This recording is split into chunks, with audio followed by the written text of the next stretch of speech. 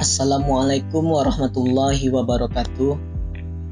Perkenalkan, nama saya Indra Ramadhani. Saya dari jurusan Teknologi Informasi Prodi D3 Teknik Komputer pada kelas Teknik Komputer 2B. Pada kali ini saya akan menyampaikan materi tentang mata kuliah Pendidikan Pancasila dengan judul Aplikasi Nilai-nilai Pancasila pada Kehidupan Sehari-hari dalam Menghadapi COVID-19. Pada sila pertama, yaitu ketuhanan yang Maha Esa. Pada sila ini, kita harus meyakinkan dalam kehidupan kita ini sebagai cobaan yang diberikan oleh Tuhan kita, yaitu Allah Subhanahu wa Ta'ala, sesuai dengan kondisi COVID-19. Karena sila satu ini harusnya sikap seseorang yang beragama menerima musibah ini dengan sabar, ikhlas, dan terus berdoa sesuai dengan agama masing-masing. Karena pada negara Indonesia beragam agama, suku, dan budaya. Karena itu, pada saat pandemi COVID-19, kita harus saling tolong-menolong tanpa membedakan agama. Pada sila kedua, yaitu kemanusiaan yang adil dan beradab. Pada sila kedua ini, kita harus lebih mementingkan manusia atau orang daripada ekonomi. Karena maraknya pada saat sekarang COVID-19, maka kita harus bersama-sama melawan COVID-19 ini. Dan kita melakukan pola hidup sehat dan membantu tenaga medis yang berjuang untuk menolong orang-orang yang terkena dampak positif COVID-19. Kita harus mengingatkan kepada setiap manusia atau lingkungan kita untuk selalu mengikuti aturan yang telah dibikin oleh pemerintah dan bersama-sama melawan COVID-19 ini. Dengan cara kita tetap di rumah serta mematuhi peraturan yang telah dibikin oleh pemerintah. Pada sila ketiga, yaitu Persatuan Indonesia.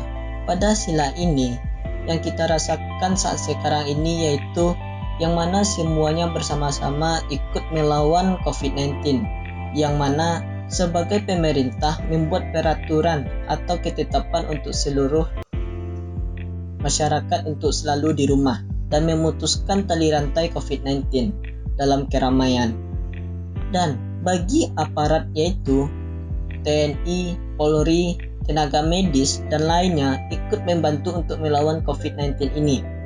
Serta kita warga negara Indonesia, masyarakat Indonesia, kita harus saling mengingatkan satu sama lain bahayanya COVID-19 ini.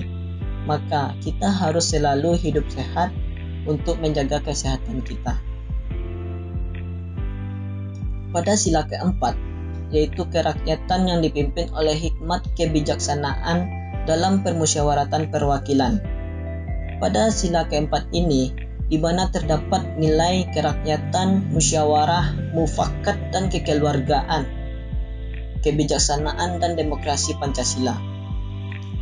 Di masa COVID-19 ini, saatnya para pemimpin baik eksekutif, legislatif, dan yudikatif untuk memberi pelayanan yang terbaik bagi kesehatan dan keselamatan nyawa rakyatnya dengan cara memperhatikan untuk kebutuhan kehidupan masing-masing rakyatnya dan membantu tenaga medis dalam menangani COVID-19 ini. Pada sila kelima, yaitu keadilan sosial bagi seluruh rakyat Indonesia. Pada sila ini terdapat nilai keadilan. Maka keadilan yang dimaksud di sini adalah harus ada keadilan saat penanganan COVID-19. Jangan membandingkan orang yang mampu dengan orang yang tidak mampu pada saat sekarang. Harus disamaratakan dengan kondisi ini. Sebaiknya orang yang mampu membantu orang yang tidak mampu dan membantu ekonomi untuk membeli APD untuk tenaga medis yang sangat diperlukan dan digunakan untuk menangani orang yang terkena positif COVID-19. Serta kita harus adil dalam pemasukan bahan untuk kehidupan sehari-hari untuk kebutuhan kita masing-masing. Saat orang mampu berbelanja, jangan diborong semuanya sehingga orang tidak mampu tidak kebagian.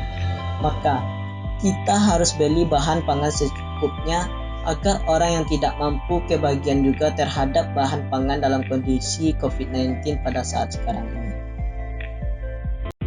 Selanjutnya, Apa yang bisa kita terapkan saat pandemi COVID-19 ini? Yang pertama, pada diri sendiri. Pada diri sendiri, saya melakukan hal yang sudah ditetapkan atau dianjurkan oleh pemerintah untuk antisipasi dalam penanganan COVID-19 ini. Pada peraturan atau yang telah ditetapkan oleh pemerintah tersebut dalam penanganan COVID-19, saya melakukan dan mengikuti aturan tersebut semaksimal mungkin untuk menghindari COVID-19 atau dalam pemutusan rantai COVID-19. Yang mana telah ditetapkan untuk di rumah ketika tidak ada hal yang penting untuk urusan di luar rumah. Apabila setelah keluar rumah, maka saya melakukan cuci tangan yang mana telah dianjurkan oleh pemerintah. Dan setiap mau makan apapun, sebaiknya mencuci tangan terlebih dahulu.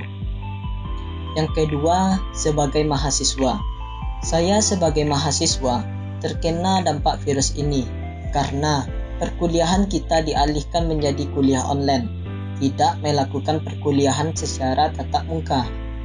Saat kita melakukan kuliah online, kita harus tetap menjaga kesehatan kita dan jangan panik ketika kita punya banyak tugas. Karena kepanikan akan bisa mengakibatkan imun tubuh kita menurun dan bisa membuat tubuh kita lelah atau kita bisa dapat sakit. Kita sebagai mahasiswa harus mematuhi peraturan yang telah dibikin oleh pemerintah dan melakukan masukan atau saran dari Bapak Ibu dosen kita, dan selalu menjaga kesehatan kita terutama saat maraknya COVID-19 pada saat sekarang. Yang ketiga, sebagai anggota keluarga. Kita sebagai dalam keluarga adalah kita selalu mengingatkan kepada keluarga kita bagaimana cara hidup sehat dan memakan makanan yang sehat untuk tubuh kita tetap sehat serta memakan atau minum vitamin dan juga melakukan olahraga. Dan mengingatkan kepada keluarga kita agar memakai masker kalau mau keluar rumah dan cuci tangan setelah bepergian. Yang keempat, sebagai anggota masyarakat. Dengan adanya COVID-19, kita harus menghindari salaman dari tetangga kita, menjaga jarak terhadap sekitar lingkungan kita, dan kita harus menjauhi keramaian atau perkumpulan. Dan sebagai kita anggota masyarakat, kita harus isolasi diri pada rumah masing-masing untuk sebagai pemutusan tali rantai dari COVID-19 ini. Ketika kita dari keluar kota atau negara, kita harus melaporkan riwayat perjalanan kita ke orang yang bersangkutan dan kita harus cek kesehatan kita.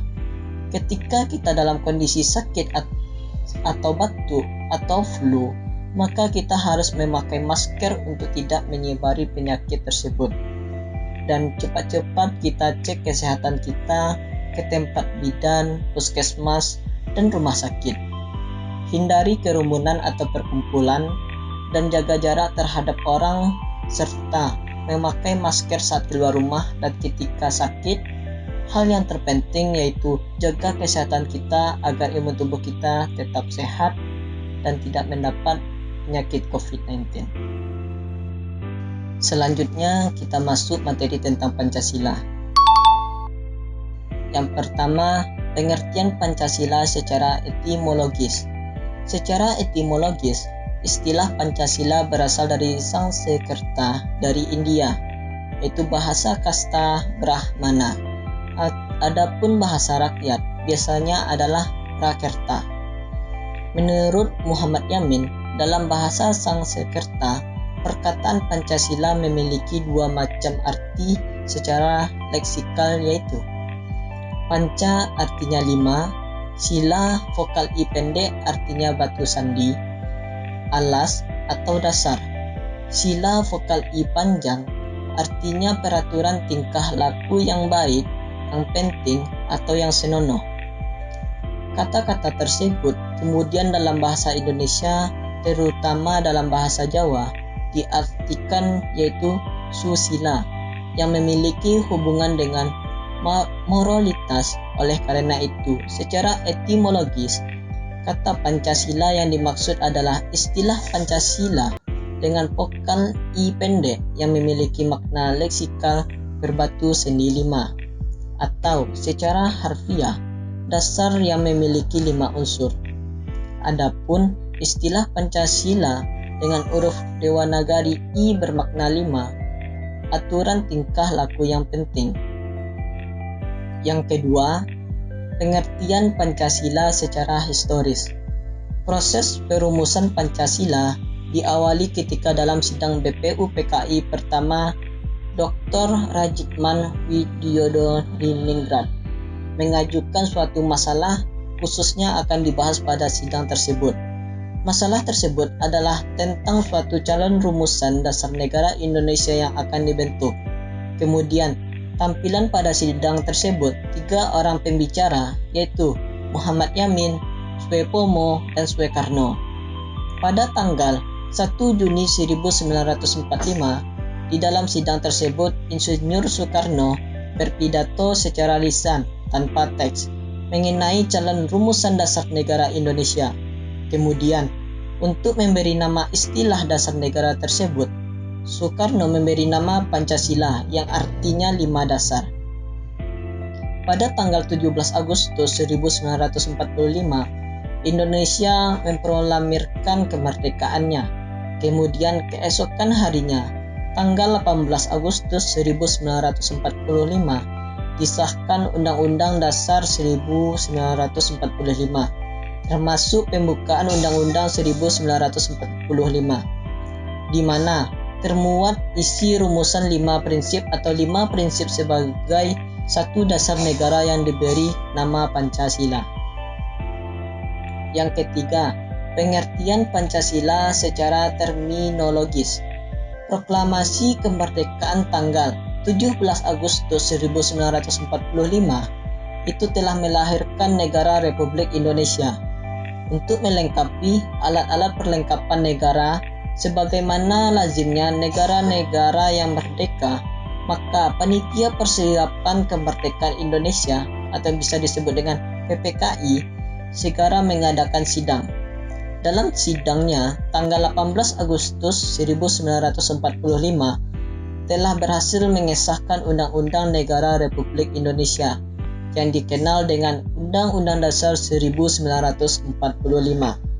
Adapun 1945 tersebut terdiri atas 2 bagian, yaitu pembukaan Undang-Undang 1945 dan pasal-pasal Undang-Undang 1945 yang berisi 37 ayat, pasal 1 aturan peralihan yang terdiri atas 4 pasal dan 1 aturan tambahan terdiri dari 2 ayat.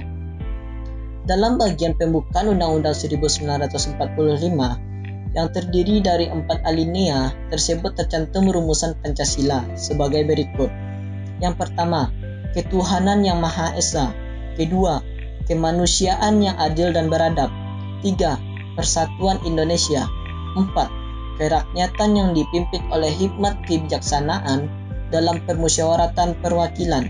5, keadilan sosial bagi seluruh rakyat Indonesia. Selanjutnya yaitu landasan Pancasila secara historis dan kultural.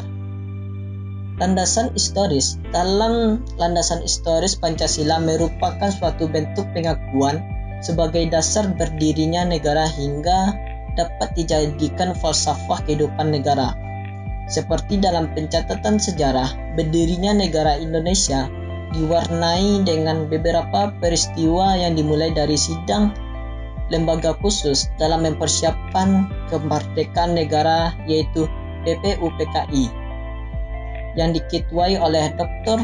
KRT Rajitman Widiodiningrat. Yang kedua yaitu landasan kultural, merupakan pandangan hidup bangsa yang lahir dari nilai-nilai budaya masyarakat Indonesia yang bineka dan berasal dari nilai luhur Pancasila. Menurut sastra pratetja, landasan kultural mengandung makna norma dasar pendidikan yang bersumber dari norma kehidupan berbudaya yang dianut oleh suatu bangsa. Pusat kurikulum dalam menyampaikan Pancasila merupakan proses pembudayaan luhur bangsa negara.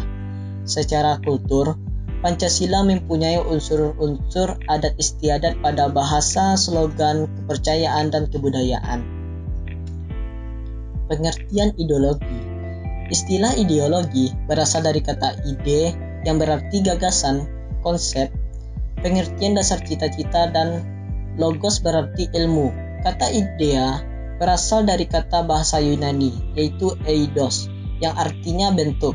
Ideologi adalah kumpulan gagasan-gagasan ide-ide, keyakinan, kepercayaan yang menyeluruh dan sistematis yang menyangkut 1. Bidang politik termasuk di dalamnya bidang pertahanan dan keamanan, bidang sosial, bidang kebudayaan, dan bidang keagamaan. Pengertian ideologi secara umum adalah suatu kumpulan gagasan ide, keyakinan, serta kepercayaan yang bersifat sistematis, yang mengarahkan tingkah laku seseorang dalam berbagai bidang kehidupan.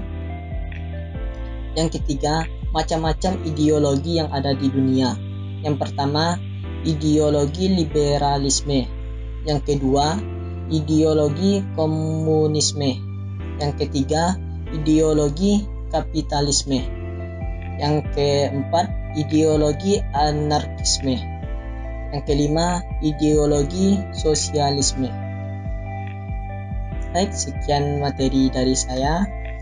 Saya akhiri. Assalamualaikum warahmatullahi wabarakatuh.